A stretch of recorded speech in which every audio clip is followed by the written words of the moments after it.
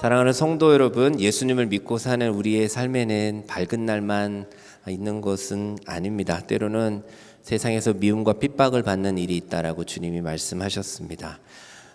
우리가 주님과 연합하여 하나 되고 또 그렇게 주님과 연합한 성도들끼리 또 하나 될 때 세상은 그것을 박수쳐 주는 것이 아니라 우리를 이렇게 밉게 바라보는 시선들이 있다는 것이죠. 주님은 제자들에게 분명히 말씀하셨어요. 세상이 너희를 미워할 것이다. 너희를 미워하면 너희보다 먼저 나를 미워한 줄을 알라. 이렇게 말씀하셨어요. 왜 그렇습니까? 세상은 빛이신 주님을 감당하지 못하기 때문입니다. 그래서 어두움은 언제나 빛을 싫어합니다. 그래서 빛을 따르는 사람들도 미워하고 배척하는 것이지요. 그렇다면 예수님께서 제자들에게 왜 이런 말씀을 미리 해주셨을까? 그것은 우리가 세상에서 오는 그 미움과 핍박이 왔을 때 믿음을 잃어버리지 않도록 하기 위함입니다. 당시 요한복음이 쓰여졌을 때도 그때 당시 이미 교회에 많은 핍박이 있었습니다.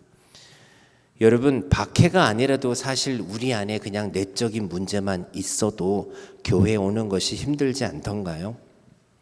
그런데 정말 교회를 가면 핍박을 하는 거예요. 예수를 믿으면 예배하면 정말 외적인 물리적인 핍박이 오는 것입니다.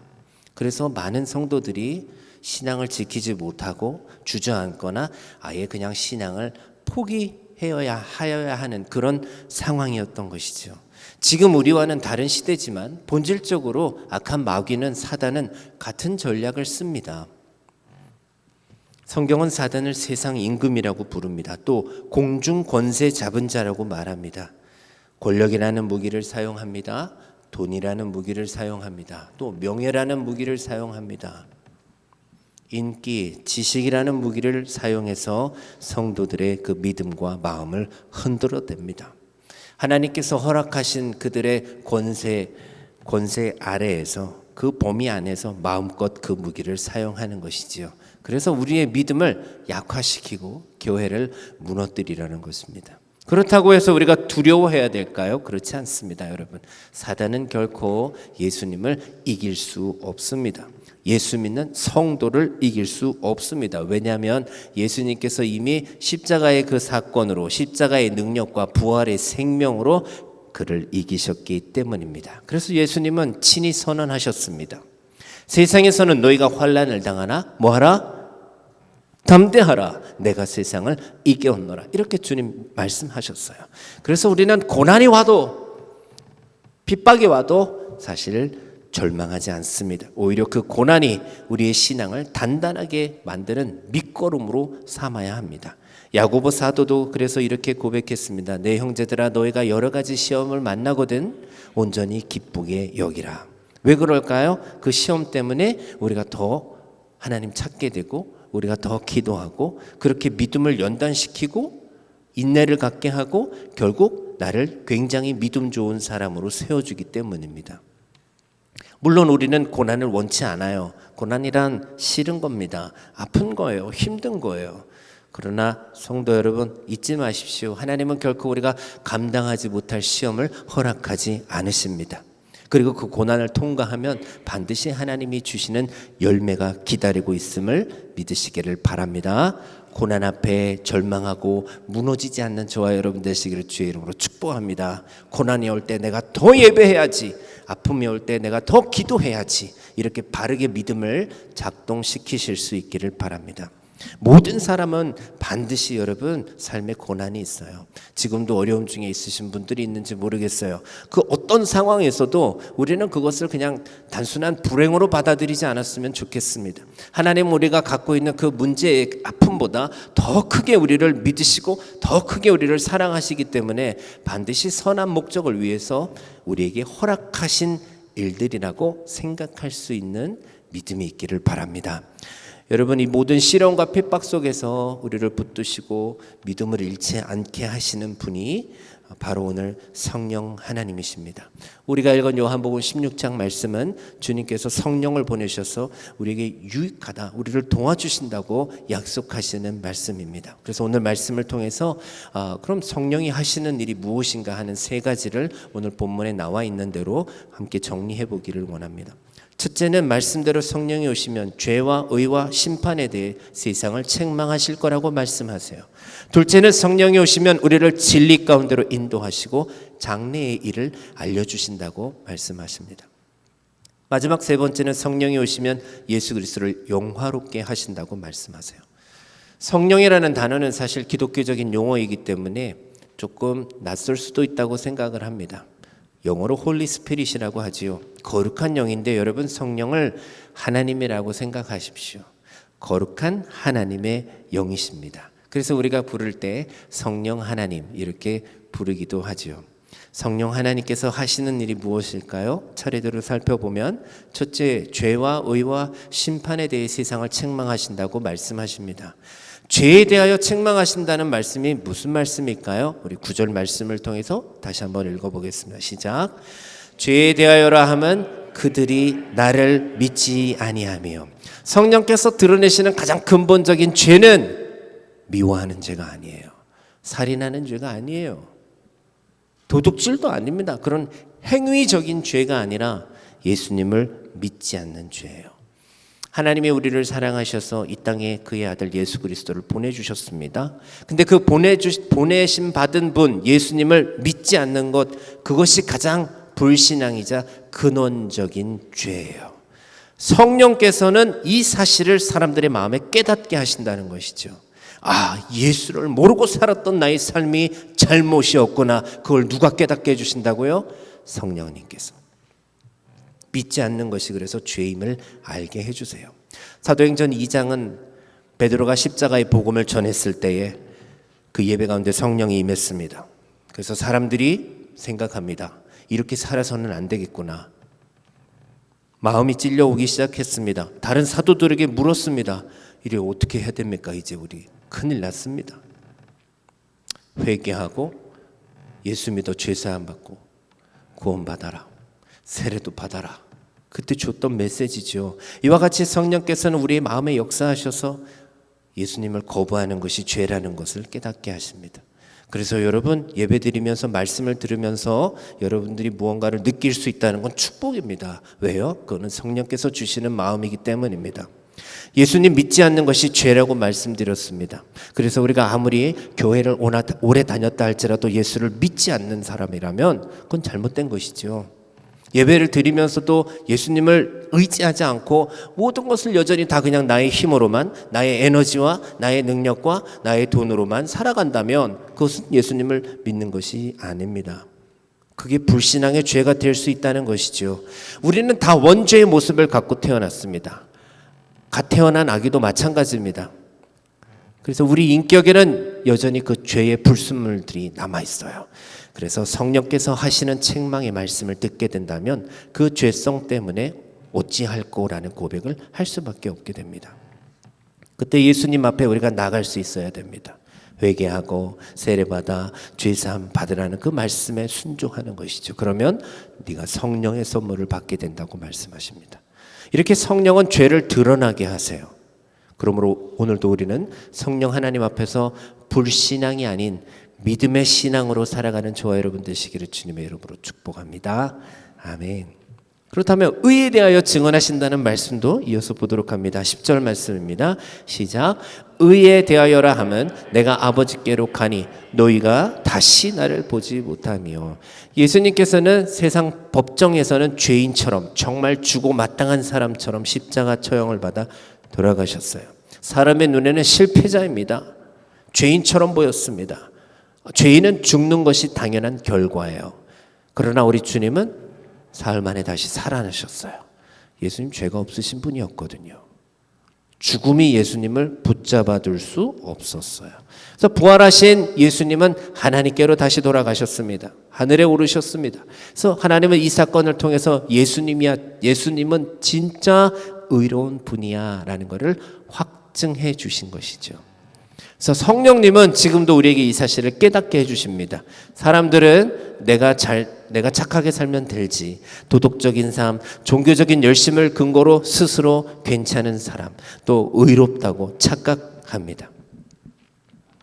나는 남들보다 잘 믿는다, 이런 식이죠. 그러나 성령님은 그것들이 결코 하나님 앞에서 우리를 의롭다고 만들어주지 못한다고 말씀하세요. 대신 성령님은 우리의 눈을 열어주셔서 오직 주님의 십자가와 부활만이 우리가 하나님께 의롭다함을 받을 수 있는 근거가 된다고 말씀합니다. 의는 내가 노력해서 쌓아 올리는 것이 아니잖아요. 주님 안에서 이미 허락된 것입니다. 완성된 것입니다. 그래서 성령님은 내가 얼마나 열심히 했는가, 이걸 붙드는 것이 아니라 예수님께서 다 우리를 위하여 이루셨다, 이 사실을 붙들게 하십니다. 여러분, 하나님 앞에 의롭다함을 받는 것은 우리가 스스로 시험 봐서 점수를 얻어서 합격하는 것이 아닙니다. 믿음 생활은 그래요. 오히려 예수님께서 대신 시험 다 치르시고 완전함을 이루시고 그 완전한 성적표를 우리의 이름으로 내어주시는 거예요. 믿는 자들에게.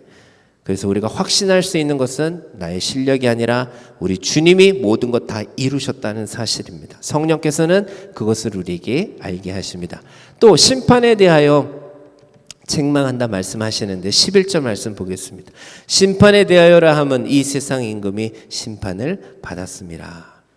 사단은 겉보기에 여전히 세상을 지배하는 것 같이 보이지만 십자가 사건을 통해서 사실 이미 결정적 패배를 당했습니다.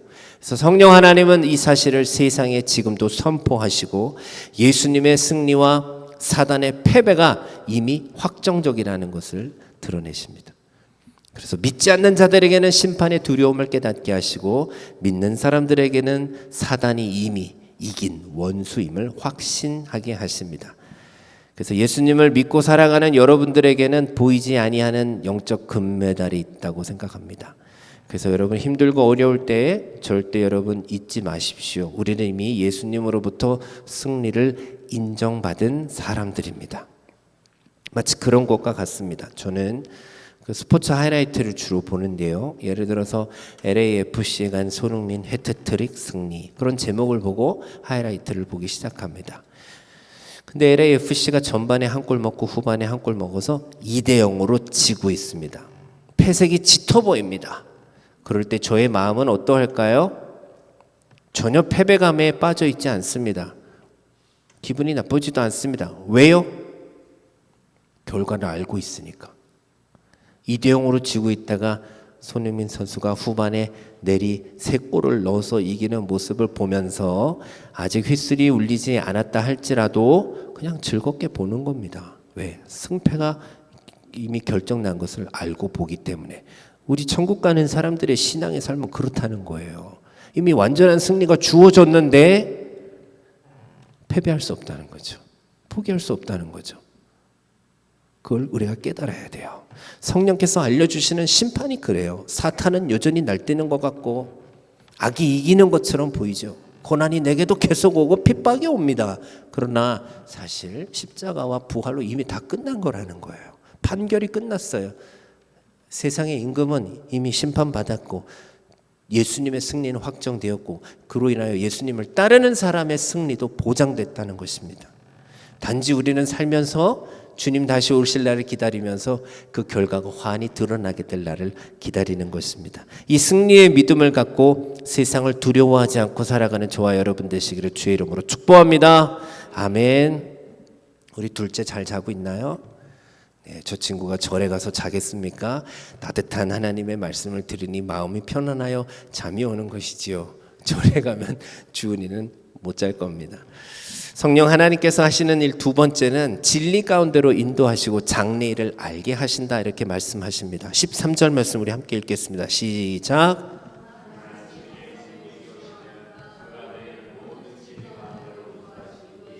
그가 스스로 말하지 않고 오직 들은 것을 말하며 장래일을 너희에게 알리시리라. 아멘. 성령님은 단순한 지식을 주시는 분이 아니십니다. 말씀 깨닫고 삶 속에서 순종할 수 있도록 인도하시는 분이세요. 그래서 이전과 달리 정말 내가 하나님을 사랑하며 살고 있고 말씀을 따라서 내가 이웃도 더 많이 생각하고 있고 이전보다 내가 더 복음적인 사람이 된 것 같아. 이전보다 내가 더 예배 생활을 잘하는 것 같아. 진로로 인도함을 받는 삶입니다. 주일에 교회 가는 것이 생각보다 기쁘고 기도할 수 있는 것이 삶의 습관이 되고 말씀을 따라 살고자 하는 나의 모습을 내가 발견하는 거예요. 그게 성령의 인도하심입니다. 또 성령은 스스로 말하지 않는다고 하십니다. 들은 것을 말씀하십니다. 삼위일체 안에서의 질서를 보여주는 것이죠. 그래서 성령의 메시지는 언제나 예수님의 메시지와 동일합니다. 어떤 영적 체험이라 할지라도 예수님을 높이지 않고 성경의 말씀과 다르다면, 아무리 어마어마한 간증이 있다 할지라도 그것이 하나님의 말씀과 다르다면, 예수님의 영광을 높여드리지 않는다면 성령의 역사라고 할 수는 없을 것입니다. 자랑이라고 얘기할 수는 있겠지요. 또 장래의 일을 알게 된다는 것은 신문에 나오는 오늘의 운세를 펴보면서 원숭이, 닭, 토끼 그림을 보고 믿는 것이 아니라 하나님의 영원하신 계획과 구원을 바라보는 것입니다. 그래서 하나님의 나라를 꿈꾸는 사람이 됩니다. 이 땅이 전부가 아닙니다. 그래서 흔들림 없이 우리가 일생을 살아가게 되는 것이죠. 그게 성령의 인도하심이에요. 그렇게 하나님의 인도하심을 따라 살아가는 우리 교회의 모든 가정들 되기를 주님의 이름으로 축복합니다. 아멘 합시다. 아멘. 세 번째, 성령이 하시는 일은 예수 그리스도를 영화롭게 하세요. 14절 말씀 우리 함께 읽습니다. 시작. 그가 내 영광을 나타내리니 내 것을 가지고 너희에게 알리시겠습니다. 성령은 스스로 드러내지도 않으시고 오직 주님을 높이세요. 주님의 영광을 나타내세요. 성령 충만한 사람의 특징이 무엇일까요? 그런 분들 여러분 만나보셨습니까? 그 인간적인 면모가 드러나는 것이 아니잖아요. 그 사람 안에 있는 주님이 드러나요. 말씀이 드러나요. 말씀을 깨닫게 돼요. 우리의 말과 행동과 삶을 통해서 예수님을 볼 수 있도록 하는 것이 성령의 역사입니다. 예배드리면서 주님의 은혜로 가득하게 된다면, 찬양을 하며 내 마음에 울림이 있어서 감동이 되어 눈물이 난다면 그것 또한 성령의 역사입니다. 그렇게 믿으십시오. 여러분들이 매일 말씀 묵상을 통해서 생명의 삶을 통하여 그 말씀을 묵상하고 기도하고 그렇게 살기를 원하며 주님을 보게 되는 것, 그것 또한 성령의 역사입니다. 성령님은 예수님의 영광을 드러내신다는 거예요. 교회에서 서로 웃으면서 친절하게 행하고 진심으로 아껴주고 사랑하고 섬기는 모습을 통해서도 세상 가운데 주님의 영광을 드러나게 하는 것이죠. 그러므로 성령 충만은 곧 예수님 충만입니다. 성령이 우리 안에 임할 때에 주님을 더 사랑하게 되고 더 의지하게 되고 결국 우리의 모든 삶이 예수님을 드러내는 그런 축복의 통로가 되는 것입니다. 그래서 성령의 임재는 내가 성령 받았으니 나는 특별하다, 나는 특별한 인간이다라는 것으로 증거되는 것이 아니라 온유하고 겸손하신 예수님이 드러나고 있는가, 그걸 통하여 확인할 수 있는 것입니다. 그래서 우리가 드리는 예배는 중요합니다. 왜요? 하나님을 높이는 예배이기 때문입니다. 그래서 예배에 힘을 다하는 사람은 성령의 사람입니다. 반대로 내 삶에 예배가 없다면 성령의 사람은 될 수 없습니다.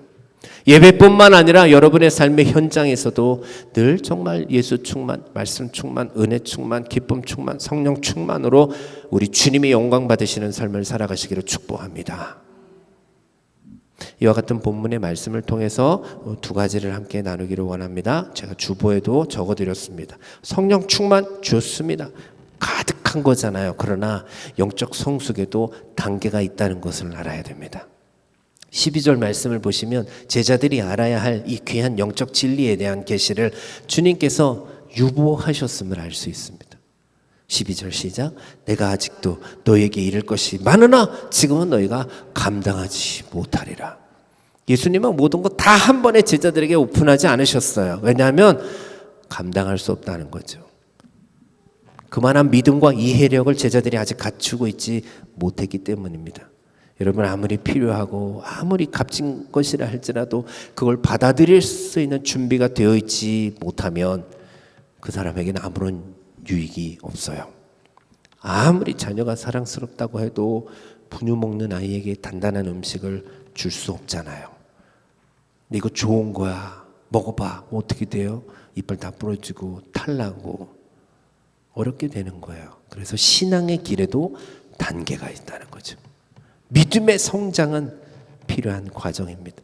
그러므로 성도 여러분, 비록 여러분의 삶이 더디게 뭔가 자라나는 것처럼 보인다 할지라도 낙심하지 않았으면 좋겠습니다. 하나님께서 우리를 잊으신 것이 아니라 오히려 가장 알맞은 은혜의 단계를 지금 허락하고 계신 것입니다. 중요한 건 오늘의 예배, 오늘의 은혜를 충실하게 받는 것입니다. 오늘 예배를 잘 드리는 거예요. 작은 믿음이라 할지라도 하나님 앞에 그렇게 살아가면 하나님의 그 믿음을 큰 믿음으로 만들어 주십니다. 예수님의 제자들을 생각해 볼 때 한심한 모습들이 많이 있었죠. 실패하고 좌절하기도 했지만 그게 끝이 아니었어요. 전부가 아니었어요. 계속해서 사실은 그 다음 스텝으로 밟아 나가고 있습니다. 그래서 베드로의 일생만 여러분들이 보셔도 예수님을 그렇게 중요한 순간에 3번을 부인했던 베드로가 이후에 어떻게 되는지, 항상 그 이후에 어떻게 되는지, 그래서 우리가 지금은 믿음이 부족하다 할지라도 그 이후에 하나님이 어떻게 쓰실지를 기대하고 버티는 거예요. 믿음은 버티는 것입니다. 쉽게 포기하지 않았으면 좋겠어요. 각 사람에게 맞는 단계를 주십니다. 그래서 여러분 절대 포기하지 않는 것이죠. 물도 100도가 넘어야 끓는다 그러잖아요. 지금 우리 인생이 50도로 끓고 있을 수도 있고 그 끓어가고 있는 중입니다. 지금이 95도일 수도 있고 조금만 더 하면 되는 건데 우리가 포기해서는 안 되잖아요. 때와 방법은 하나님이 아시고 하나님이 하시는 것이지요. 그러므로 내 영역에서만큼은 절대 포기하지 않고 오늘 주신 은혜를 감사히 받아 누리며 기쁨으로 살아가는 저와 여러분 되시기를 바랍니다. 두 번째 메시지 적용은 우리는 세상 속에서 아까도 말씀드렸지만 예수님을 드러낼 의무와 책임이 있다는 거예요.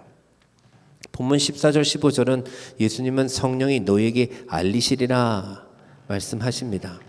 성령께서 언제나 예수님을 드러내시듯 성령의 사람인 하나님의 자녀인 우리도 언제나 예수님을 나타낼 수 있어야 됩니다. 그렇게 주님께 영광을 돌려야 되는 것이죠.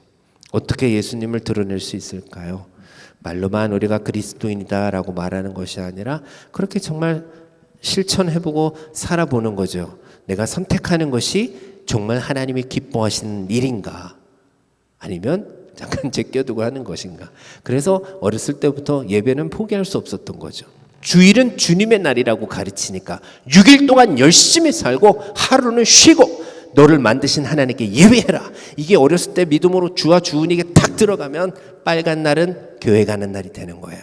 근데 이 기본적인 믿음이 안 돼버리면 7일까지도 내가 일하여 내가 성공하리라 빗나가는 거죠. 그건 하나님의 영광이 아니고 하나님의 뜻이 될 수 없어요.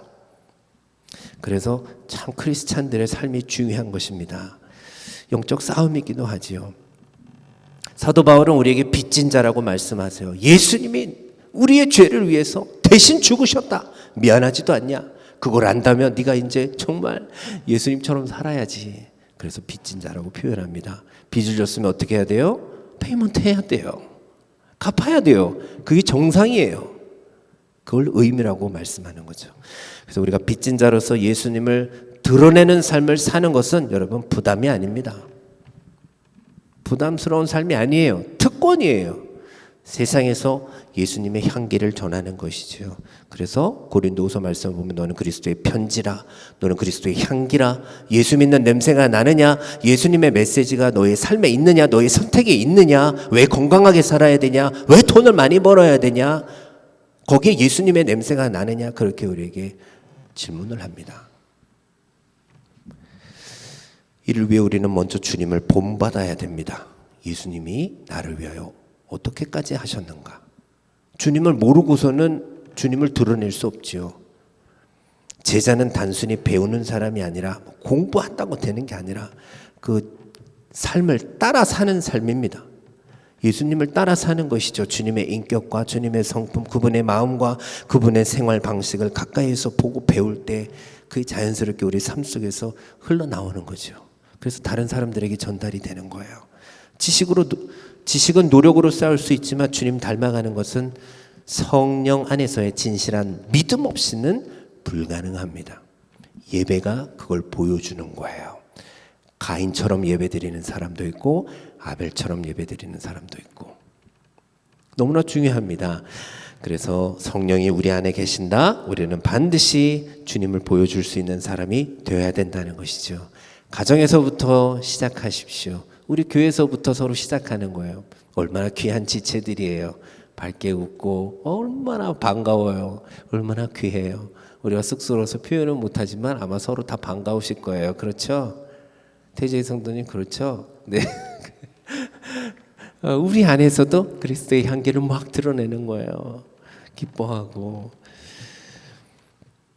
학교에서도 직장에서도 우리의 말과 행동을 통해 하나님을 모르는 사람들이 하나님을 알 수 있기를 주님의 이름으로 축복합니다. 오늘 말씀을 맺으면서 성령께서 하시는 세 가지 사역을 오늘 우리가 보았습니다. 죄를 깨닫게 하시고 또 예수님의 의로우심을 증언하고 이미 심판받은 세상의 권세를 드러내십니다. 그러므로 우리 믿음의 삶은 절대 낙심하지 않고 믿음의 성숙한 단계를 밟아나가며 우리의 삶으로 예수님을 드러내야 됩니다. 오늘도 내일도 주의 성령이 여러분의 삶에 여러분의 가정에 함께 하신다는 것을 꼭 믿으시고 삶 속에서 그리스도의 향기가 되어 살아갈 수 있는 저와 여러분 되시기를 주님의 이름으로 축복합니다. 아멘. 아멘.